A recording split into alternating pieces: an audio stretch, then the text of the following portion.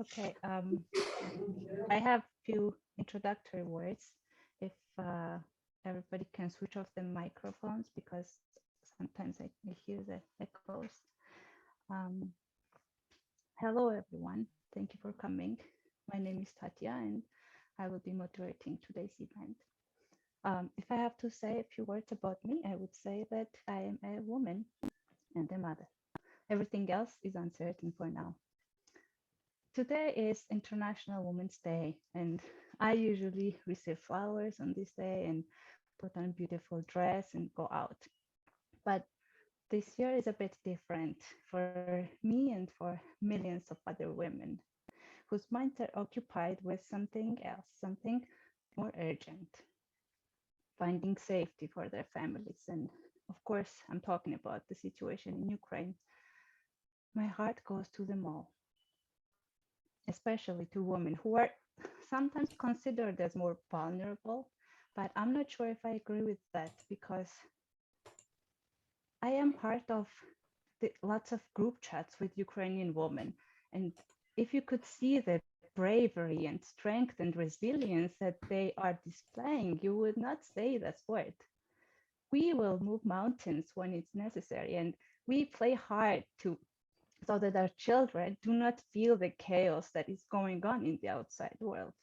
And what I value the most about being a woman is that we are not afraid of many things, including showing our emotions and expressing our feelings. And woman friendship, of course, it is very special to me. So let's celebrate.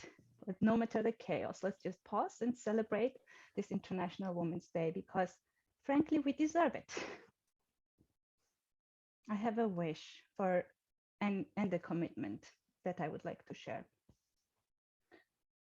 My wish is for me, myself, and for all the women that we find our beauty within and let it shine through, because I believe that that way we can let the world light up. And I commit to listen to more women and read women authors and tell more women that they are beautiful. And today here we have so many beautiful women who are presenting, organizing, and attending this event. Before I start introducing our guests, I would like to thank Marwa Saudi for organizing this event, and to Primla Williamson Monroe, Sevin Picha, and Emanuele Pardone for supporting it. Marwa, Primla, Sevin, and I are all graduates of Educational Technology Master's Program at the University of Tartu, and Emanuele is the program director. And to extend our ties with the program, which we all loved very much, we former students founded this EdTech community, through which we sometimes organize events and projects such as this one. So the topic of our today's presentation will, of course, be women in EdTech, because they deserve the spotlight. Now, without further ado, I will introduce our first speaker. If you have any questions, please write them in the chat and we will address them at the end, or you can also raise your hand at the end and the speakers will try to answer them. So our first speaker is Olga Lutzka. She is the graduate of the same program, and she has been teaching English for 20 years, and she also has her own NGO. Olga, the floor is yours. Please share your experience.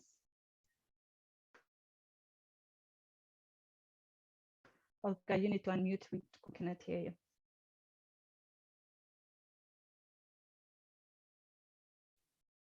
Yes, can you hear me now? Can you see my presentation? Yes, yes. Yes, very good. Then I will start. Okay, I'm really happy to be here with you and share my experience. I hope maybe in some case it can be interesting, maybe useful for you. So it's a very good platform to share our ideas with each other. And Marwa, thank you very much for the invitation. So I called my presentation How to Become an EdTech in Estonia.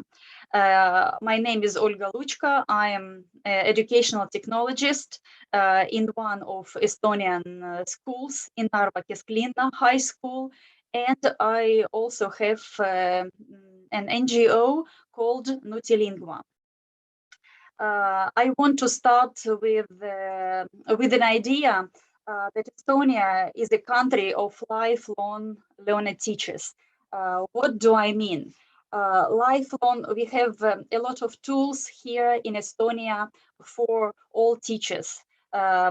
These tools are teacher training courses, which are completely free and which are of high quality. And if you want to get some knowledge, some skills in educational technology, you are always welcome. And you have a lot of opportunities to do it in Estonia. Also, learning in Estonia takes place in a variety of settings. So you can get the knowledge on EdTech, both online and offline. You can get this knowledge locally, for example, from sharing good practicing with your colleague teachers in your schools, in pedagogical workshops, for example, seminars or annual conferences. You can, we see these possibilities also at a national level. We have Education and Youth Authority and Tartu University and Tallinn University who organize a great number of high quality teacher training courses, which are also free for us.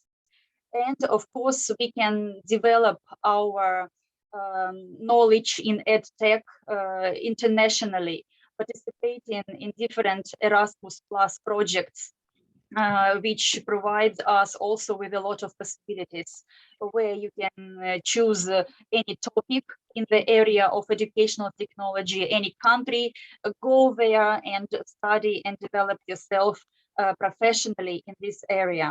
So in this case, I think we are happy that we live in this country, that we have a chance to study here.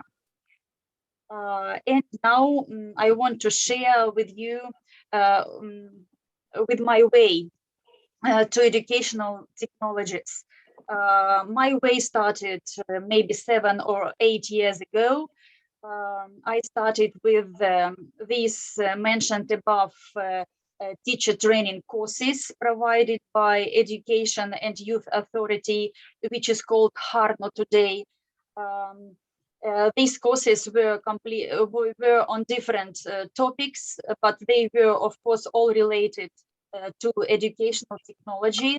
And as far as I remember, I attended maybe 300, 400 academic hours attending these teacher training courses, which were completely free and very well planned. Then I also participated in teacher training courses in Europe, in twinning projects, in the Erasmus Plus project. I visited some countries and some courses on this topic. And a final point, a full point was my master degree here in Tartu, where I received my MA in education in the area of educational technology, and it was in the year 2019. And here in the pictures, you can see me in one of our unforgettable classes. Here you see how I'm defending my master thesis, and Emmanuel asking me questions. Here you see me in France with my colleague teachers, where we discussed also some digital tools, some digital ways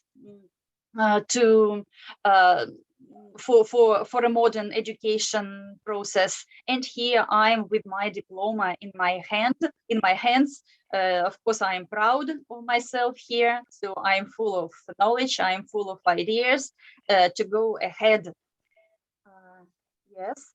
And now I'm an educational technologist at my school, where I have worked for 24, 23 years already, and now I am an EdTech here.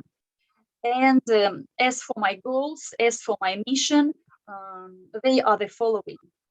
First of all, to coordinate activities in the field of digital learning. I am trying to find new innovative solutions, develop, advise, and support school staff in the use of digital age tools and opportunities in the learning process. I try to correlate teachers' digital knowledge and skills with their theoretical pedagogical knowledge, following the technological pedagogical content knowledge model. This idea is from my master thesis. It was the key point in my master thesis, and I use and apply this approach today, designing courses for teachers. Also to develop and disseminate methodological and digital learning instructional materials for implementing new digital tools and environments.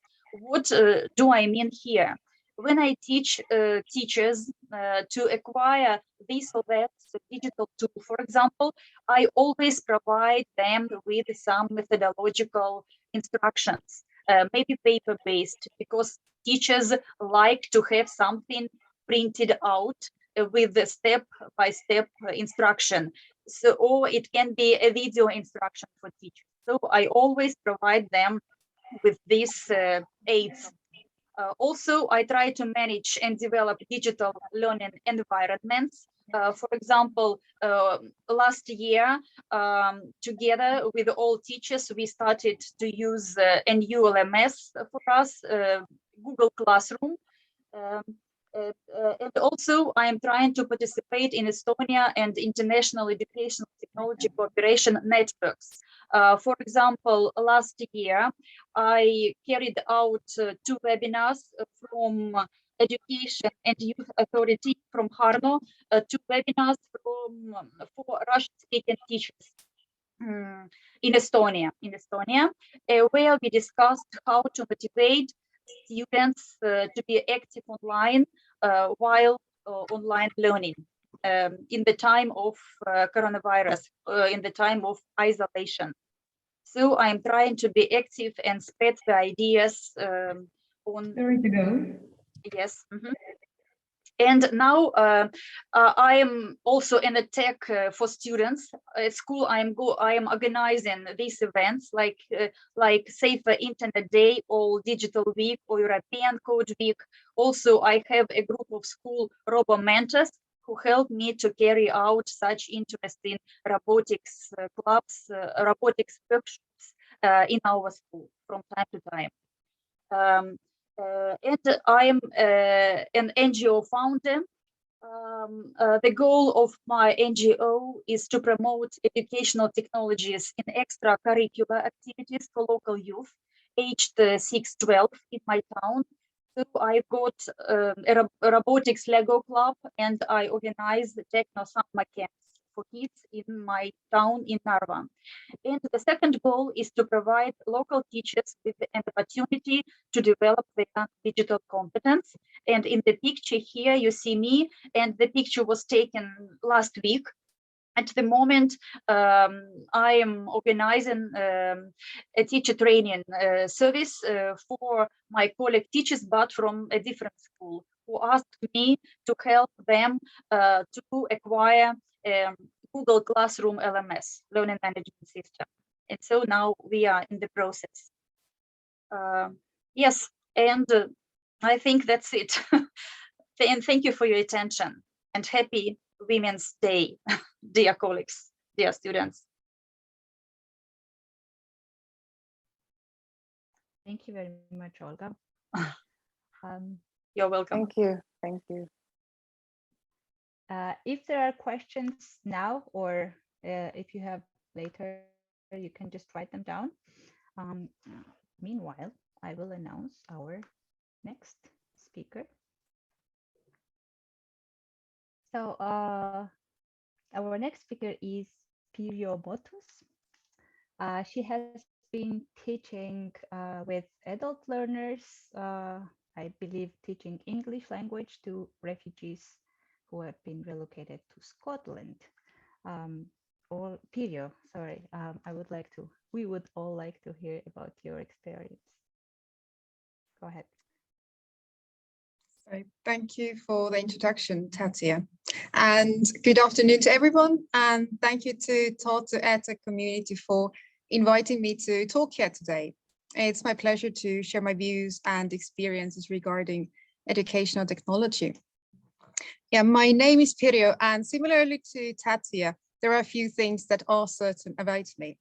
Me too, I'm a woman and a mother. And on top of that, another certainty is that compared to other speakers here today, I am a complete newbie in education technology. I only started recently, and even that was a little bit by accident. I just happened to teach language classes when the COVID pandemic hit us, and many aspects of our lives, including education, had to be redesigned. So I share my experience of combining teaching and technology as a practitioner, a language teacher who was unexpectedly thrown into the deep end of educational technology waters, but who, instead of quickly wading out, decided to stay there. My story of language teaching is a story of how we cannot really escape our calling. I started teaching languages roughly 2 decades ago, but I then wanted to change and started a translation business. I'm from Tartu, Estonia, but I moved to Edinburgh, Scotland about 10 years ago. A few years after this move, I felt again that I needed a new challenge. So I decided to close my business, change direction, go back to uni and study something completely different. No more education, no more language, I thought. I considered social work and physiotherapy, but when it finally came to making a decision, I ended up changing the direction so hard that I made a full 360-degree turn and went to study lifelong education. So I guess a leopard really cannot hide its spots. Education must be my calling if all paths lead to it. But I have no regrets. I do what I enjoy, and I enjoy what I do. After finishing my undergrad almost 3 years ago, I started as an English literacy tutor at the City of Edinburgh Council. And I have to say that back then, I didn't really care much for technology. In the classroom, I even refused to use PowerPoint to accompany more traditional teaching materials. I think I must have been one of the most tech-timid tutors at the council, at least at the time. But before I explain how and why it all changed, I would first like to explain what English literacy's tutors do at the council. I work with refugees who have escaped war or violence in their home countries. And normally they would have daily language lessons, both in class and across community. In class, we would work with their everyday language skills, including reading and writing, as most of the refugees they come from countries that have a different home language script. And outside the class, we would focus on cultural orientation. Many refugees, they want to stay in Edinburgh, so both learning the language and getting to know the local culture are absolutely needed to integrate with the new environment. This setup, however, it completely fell apart in spring 2020. Learners no longer had access to language classes. And not only that, they had minimal contact with the English language because Scotland went into lockdown that would last for 16 months. It was one of the longest lockdowns in the whole world. So obviously our learners, they were feeling isolated, and to help them, the learning team at the council started to look for novel ways of working with them. So we decided to create educational videos for our learners to be able to continue learning on their own. So before I knew it, I spent most of my time behind my kitchen table making educational language learning videos. It wasn't maybe a little bit tedious, but I soon realized that I actually loved it. I experimented with tens of programs and apps and did everything many times over. At the time, I didn't really have a name or a label for what I was doing, but this obsessive video making and tinkering with different technology earned me a nickname of teletechnologist at home.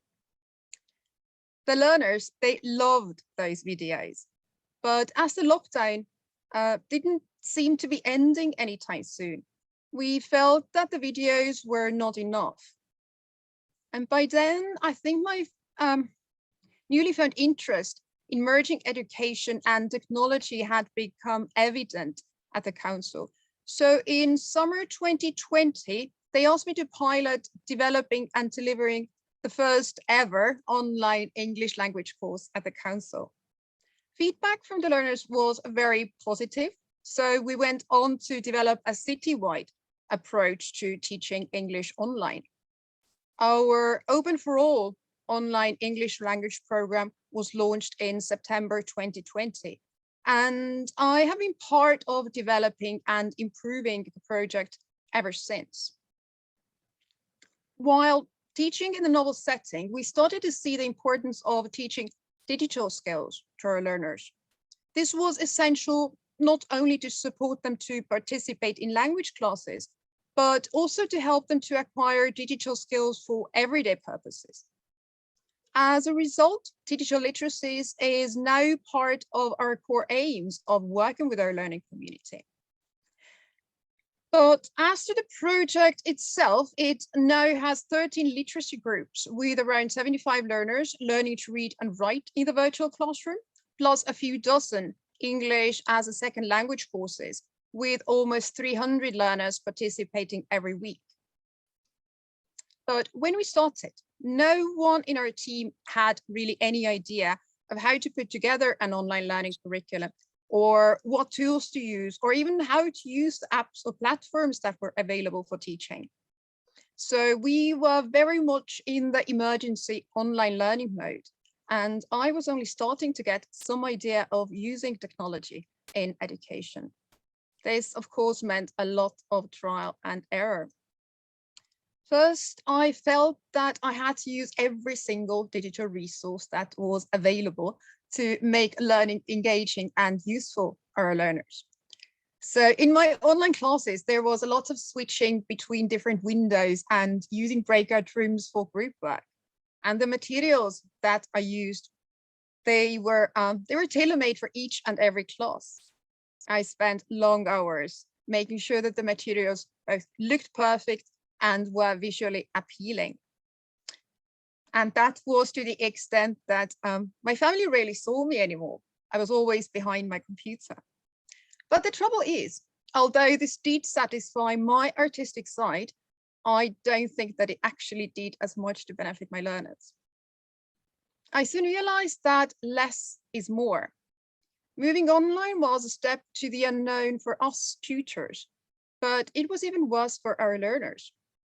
All the bells and whistles that I was so keen on trying, they cluttered the learning experience for them. They got lost moving between different rooms, and I doubt that anyone apart from myself noticed that my slides always had a different color palette that reflected the theme or the topic. So I learned a lesson. Yes, technology is good, but don't overdo it. I now keep all my learners safely in the same virtual classroom. My materials, they still have the same necessary content, but they look a lot less fancy and only take a fraction of the time to prepare. And instead of switching between screens to model letter formation, for example, I use this trusty friend here. So a nice little whiteboard. Plus, I have realized that learners, they very much appreciate seeing a friendly face instead of yet another slide on their screen. So I can say that for me, there has been a shift from using technology for the sake of it to using it meaningfully and in a way that it makes sense to learners. The question that I often ask myself when preparing materials is, am I using this tool or resource to support my teaching, or am I trying to fit my teaching around it? So thankfully, teaching is now moving from online only back to face-to-face or blended learning. But I want to continue promoting meaningful use of educational technology in language classes among my fellow tutors. So no gimmicks, but just technology that really helps and works. I'm therefore currently developing the Council's future vision for moving from online learning to blended learning. And I want to build on the digital skills that both tutors and learners have acquired during the remote learning period. And I want to use these to support learning and improve our learners' digital literacy skills. But how does it all link to the EdTech Masters at Tartu? About a year ago, I had been working as an online language tutor for a better part of a year. I had developed my own way of online teaching, and I was quite comfortable with using technology in online teaching. But I started to feel that I needed a more theoretical background of technology use in education. What I did, it worked for me, but why? And maybe there was a better way still. I thought that the EdTech Masters program here at Tartu would help me, and it has. I am learning something new every day. Yes, I am still a practitioner. I still love teaching, and I have the most amazing students.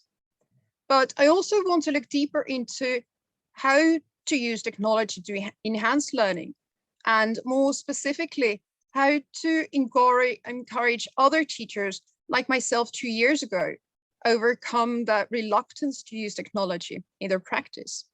So besides practical teaching and EdTech use, I am also interested in EdTech science. In conclusion, I can say that my journey over the last year looks something like this. I have gone from no tech to high tech to low tech. But the low tech here, it does not mean that I find little significance in technology use in education. It's quite the opposite. I believe that as teachers, we should not become servants to technology and organize our practice around it. Instead, we should make friends with technology and learn to understand it. This way, we have the capacity to make the most of it, using tools and apps to support our learning and teaching, not let them dictate the path. So not too much, not too little, but just the right amount of technology when and where it's needed. And this is all from me. And thank you all for listening. And I'll now pass the baton back to Tatia. Thank you very much, Perio. This was very interesting. And when we were talking about this overuse of technology, I thought about these Zoom breakout rooms. When it first started, the Zoom mania, everybody was using it, and I hated it so much. I didn't want to speak in groups of 2 and 3 with people who I didn't know.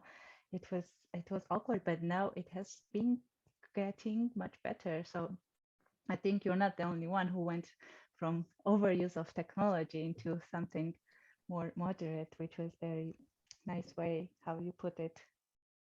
I think we've all made, or many of us have made the switch from overuse to using it as and when. That's very, very nice. And it was also very nice to hear that after what you had to use technology and now you don't have to go to this online teaching, and you still continue to integrate technology. This is really amazing. Anyway, if there are any questions, feel free to raise your hands right in the chat.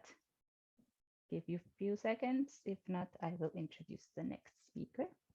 We can also go back to the questions at the end. Okay, the next speaker is Beitane. She has done several MOOCs, massive open online courses. I am big fan of MOOCs, and I am very interested about hearing from Anna. Thank you so much, Tatya, and also to the rest of EdTech community for the invitation. So I'm very happy to be with you all today. And first of all, happy International Women's Day.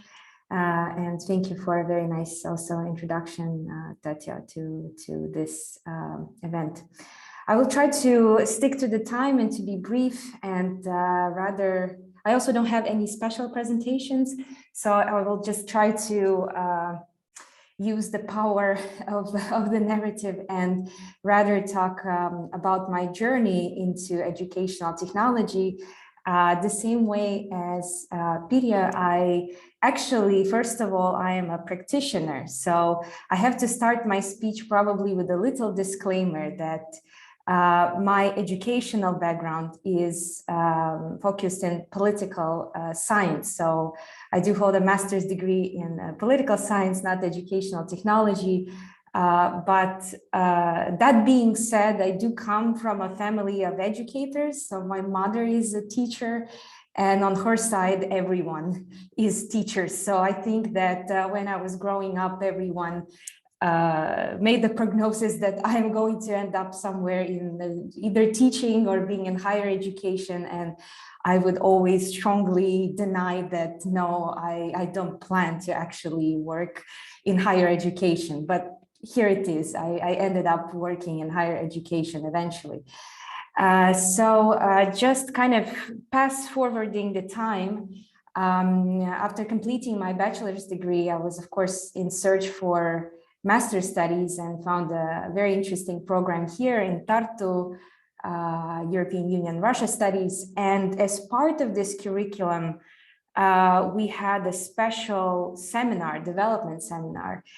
And within the framework of this seminar, we had to implement a practical project. And the aim of this project was rather ambitious. It was framed as kind of change, made an impact in society and make a positive change. So all of us were kind of wondering what exactly that means, but I suppose that was part of the assignment. So, our idea together with my colleague, our group was rather small, only 2 people. We thought that we would like to develop an online course, a massive open online course. It was year 2015. So at that time, of course, MOOCs were pretty much on the rise. They were very popular. University of Tartu at that time had some MOOCs, but there were no MOOCs actually led or developed by students. So that would be the first MOOC ever developed by students. And of course, since I come from a political science background at that time, unfortunately, as we're experiencing and witnessing today, the environment was rather tense. We decided to develop a course related to European Union-Russia relations, and frame it and implement it in the form of the MOOC. We believe that by doing so, we can raise awareness about these very important topics. Since MOOCs are accessible all around the world, we hope that we could attract people and it would make that positive change, and we could educate our students about the most recent developments. And I think at the start of our journey, we didn't really fully comprehend what it's like to develop an online course, how much work actually goes into it. So it took us probably up to 5 months to develop our course from scratch, from learning how to develop a syllabus, how to write scripts, how to film videos, how to write assignments, promote our course. So of course we did have academic advisors, and our lecturers were very understanding and supporting in ensuring that we're developing a high quality MOOC. But after everything was done and implemented and there was time to launch our course, we thought, well, okay, maybe at least 10 people will register to it, and we will already feel that, okay, it wasn't that bad. To our surprise, actually, more than 400 people from all around the world registered to attend our course, and we were extremely happy about it. Basically, after completion of this MOOC, we also applied for the e-course quality mark. Maybe here in Estonia, you know that HITSA, they are running these e-course quality mark processes. So we managed to receive the e-course quality mark, which was also additional little kind of stamp of approval that we follow these good practices of developing online courses. That being said, I have to say that this MOOC also opened the door for me to stay in Estonia, to continue working here at Johann Schutt Institute of Political Studies. I started my work as a project manager, mostly working on e-courses, supporting our teaching staff, developing their various courses and MOOCs. But apart from that, of course, I always felt that there's more to the MOOCs, of course, and together with our deputy director for academic affairs, we also had additional tasks in connection to the MOOCs and development of innovative teaching ideas. We wanted to slowly integrate technologies into classrooms, and one might think that social sciences, political science in particular, it's probably not the field where technology is in such a high use. So we wanted to slowly integrate this idea. We also launched a series of seminars, teacher training seminars called Learn to Teach, kind of a play of words. So kind of focusing on digitalization, on the use of MOOCs, on learning spaces. We invited external lecturers from leading universities in Europe, Leiden University, Uppsala, who came here to Tartu to talk to our lectures and integrate all these best practices. And we also slowly started to integrate such programs as Zoom. And this is, by the way, before the pandemic, before we ever knew what it's like to live in the, let's say, to implement online classes in the COVID environment. And needless to say, developing these capacities proved to be a very important investment that we have done across the time.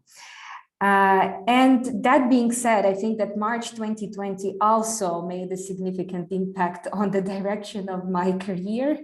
Needless to say, willingly or unwillingly, I ended up kind of on a front line of implementing e-learning and teaching activities. And simply because I was the person who had the most experience, at least in our institute, to manage e-learning activities. So I also felt that it's my duty to support our teaching staff and make sure that activities could be sustained, that we can help people and we can train them how to use these tools and how to make sure that the transition is more or less smooth. That being said, as we were done with the spring semester in 2020, we also, together with our Deputy Director for Academic Affairs, we knew that we have to use the summertime very rationally and apply kind of very holistic approach to make sure that we can develop the infrastructure, that we can start new academic semester smoothly. We have a lot of international students and we want to ensure that teaching is delivered at the high level. And as a result of our efforts, we managed to kind of develop our ad hoc digital task force. We collected scenarios from our teaching staff. We re-equipped our classrooms and invested in our ICT infrastructure. We also developed special Moodle baseline to make sure that all courses are prepared and are done correctly. And of course, now looking back at all this journey, starting from a student MOOC-led project to basically implementation and coordination of all e-learning and e-teaching activities, I have to say that that has been quite a ride. Still, of course, it's a new reality and readjustment, but I believe that this investment that we have done over the past years proved to be effective, and it's part of our new reality. So it proved that learning and teaching has to be more flexible given the circumstances, and we are going to see where it also leads us. So this is kind of end of one chapter and start of the new one. And just to wrap up my kind of little discourse and also take advantage of the occasion, I also want to say particular thank you to my female colleagues, because I have to say that I have been extremely lucky to be surrounded by many inspiring women in our work environment. Basically, 2/3 of our management are women. A very rare, I think, how should I say, fact, given the circumstances, especially in academia. So, and my colleagues have been extremely supportive over the years and gave me opportunities for growth. So I just want to shout out to all my female colleagues in the Institute and probably end with this. So thank you.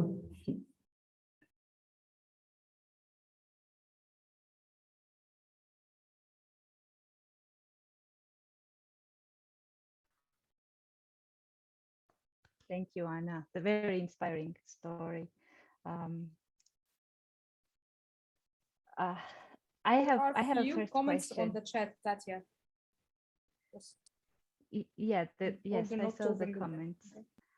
Shall we go through them? First, I have a question for all the speakers. Comment and the question, and I'm the moderator. I take the lead. So I'll say the first question. So I had a bachelor's in IT, which is informational technology. It is so male-dominated world. Almost all of the students were men, and I was one of the few women. And it was always, you have to have this male brain to be able to solve the codes and to understand this technology and all of that. I heard that from very beginning, from my childhood, that, oh, if I wanted to be a programmer, I needed to have men's brain, and I had that, and I had to use it. So yeah, and then I finished that, and then also I noticed that teaching profession was mostly women dominated. Most of my teachers were women, and at school, at university, and all of that. And then it makes me think to talk about this gender perspective, that if we count technology to be this digital tools and all of this tinkering, and then teaching is such a female job, and then educational technology kind of merges everything together, and it becomes interesting. I don't know what's my question is. How do you feel as a woman being an educational technologist? Let's start with Olga. Oh, frankly speaking, I am very good. I am very bad at maths. I am very bad at logical thinking, maybe. I am good at critical thinking, but at logical thinking, I'm bad. And I don't know how, in what way I'm here in this area, educational technologies. Maybe I have already analyzed it for me. Why? Maybe the process of teaching became boring for me maybe 7 years ago. I wanted to add something. I wanted to have something to inspire me, maybe like fresh air, maybe. And I turned to this area, EdTech, and started with courses, yes, teacher training courses. And then, yes, the last point was for me this master degree here in Tartu. Maybe to change something in my life. in my profession, a new way to develop for myself. Do you think this is unusual? I mean, in Estonia, it's already kind of mainstream, isn't it, to be educational technologist? Because I haven't heard it anywhere else. I don't think it's unusual. No, I think it doesn't depend on the gender. Yes, what do you want to be in your life? Yes. No, it doesn't depend on it at all. Yes. If I can just jump into conversation, I think that certainly there is certain prejudice or stereotypes that are associated, right, with IT or EdTech, whatever tech is attached to the label, and I think that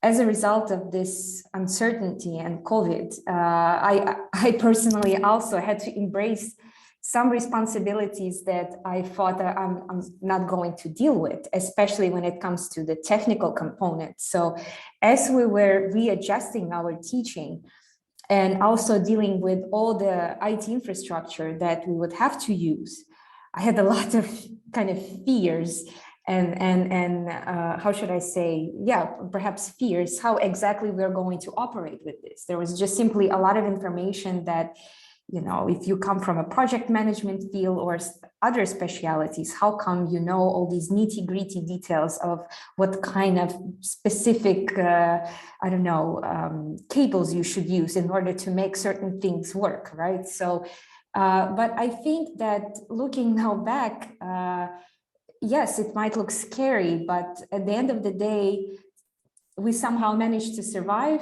this new information that looked very scary. I think at this point became part of your daily routine.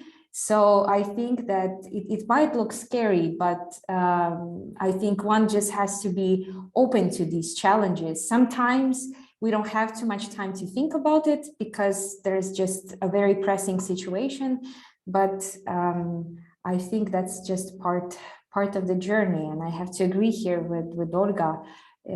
Probably in that sense, gender here won't play too much of a role. You just have to be open to these challenges. So You become one. Pirjo, do you have any comments? So similarly to Olga, I grew up thinking that I'm also not good at maths or sciences, or at least I wasn't. I went through my school years being told by my teachers that as a girl, you don't really need to be good at maths, you don't need to know sciences because this is a men's area. So this is for them to know and understand. And as a girl, as a woman, you don't. But having also background in psychology, in individual differences, there are no differences between male and female brains that would make sense or that would give a reason to claim that male brains are somehow more adapted to sciences, to maths, and also to technology. So I just echo Olga and Anna saying that, well, it's how we have been raised. And this is also what we as teachers, as people who use technology in education have to kind of, it's a message that we have to carry on, that it's not for men, it's not for boys, it's for everybody, independent of the gender. Of course, I agree. My comment was about people's perceptions and what I have been hearing. But if I have to return this question back, does educational technologist mean that we have to play with this tool, or can we define EdTech in a different way? Is this all about computers and digital tools and tinkering? I have been asking this question to myself to define educational technology, and I don't know. I want to hear your opinion. Not only the speakers, also if anybody else wants to speak, feel free. If I may, I think I struggle with defining EdTech as well, Tatia. Can everybody hear me? Because in Jamaica, it's the banking sector is just crazy. It's a very high tech, but in education, we're just climbing, just inching up along the way to try and meet the learners' needs. And EdTech, I think, means different things to the learners and the teachers. So if we remember that it's the students that we're trying to teach, then I know my son, for example, who's 17, he does not do well with online learning. He has to have human beings contacting him. He has to be around people. And so I don't think EdTech really means tech. I think it means tech as needed. And so I think it's different, the definition based upon the learners that you're trying to reach, as opposed to the adults that I teach. They love the learning, but they like to go high. And so if you come too simple for them, they're like, oh, why don't you use this app or that app? And so I think the definition for EdTech is really going to be very subjective based upon who you're trying to reach. Because I can't define it myself either, Tatia. I've been trying for 2 years, and it's just very different based upon my audience. Thank you. Even though we graduated from from EdTech, and I also struggle myself. Anybody else? Or the questions? I don't want to speak more anymore. No, maybe just to add on what already has been said, I completely agree. And for me, it's probably even harder because I'm not really an alumni of, of your lovely program, but just dealing with this issue as again, a practitioner, I think that what these past years have shown is indeed not forgetting about the needs of the learners. So I would probably also start first with what we are really trying to achieve in the classroom, what are the outcomes, and then see how technology can enhance that, how it can provide either additional opportunities or make learning and teaching more flexible. And I think now in hopefully post-pandemic world, this is something that we also have to grasp and think about really. It opened up many opportunities and maybe broke some barriers, hopefully more in a positive direction rather than negative one. Although, again, I think if we do see a negative response to it, it's probably because maybe we focus too much on technology rather than human contact, which was a challenge to obviously implement in the given circumstances. But yes, I suppose it's an ongoing question. So it depends on the context, on the learners, and also the way our technology evolves. So I think that's what is exciting about this field. I am guessing there was also EdTech before this whole boom of internet and computers and everything. I don't know. Emanuela, do you have any comments on that? You're the expert. Sorry, what's the question? If there was EdTech before EdTech. What is EdTech? Yeah, education technology was there before the pandemic. And before not before the advent of the computers, I guess. I think that in the past they used the word machine. So, and it goes back to the 20s of the last century.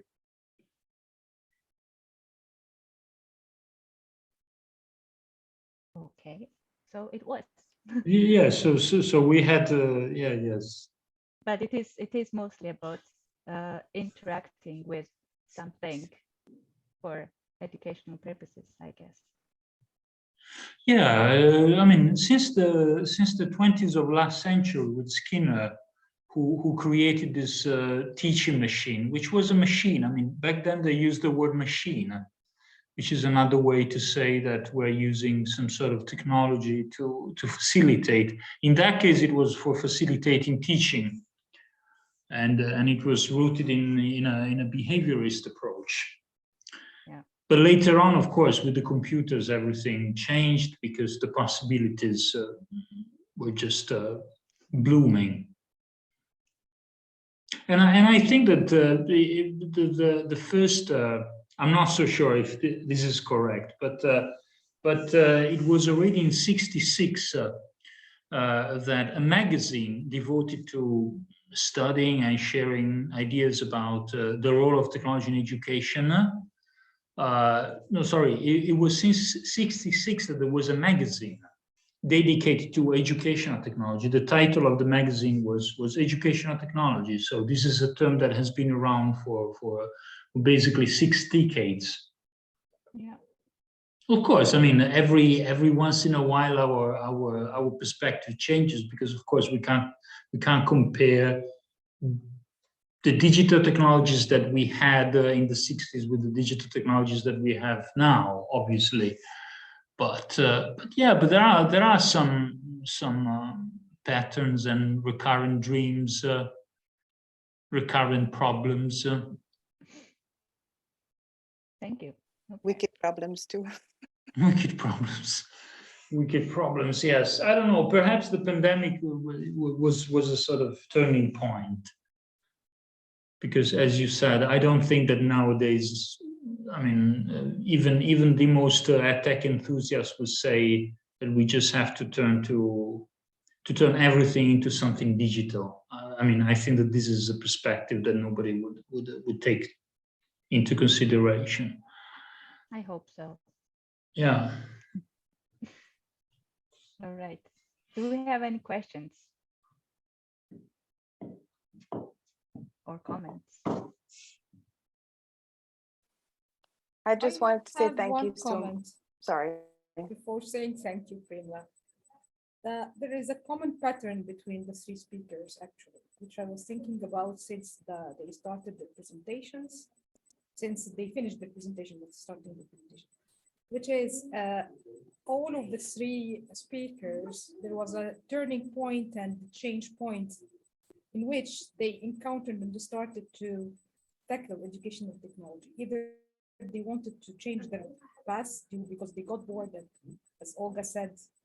And Olga, actually, I think that all our master group, most of us wanted a sort of a change. That was something common between our group, that people there wanted a sort of a change in their career path, or they wanted something different. And so they came to, they thought that there's something wrong going in their lives and they should learn. So they went to learn. And I was happy to hear that Perio has something similar, experienced something similar. She felt that there's something might be going wrong, that could be another universe that she wanted to explore. But and Anna, the change, politics is full for change, Anna. I am not the one who is going to say this to you. You are the expert in politics here.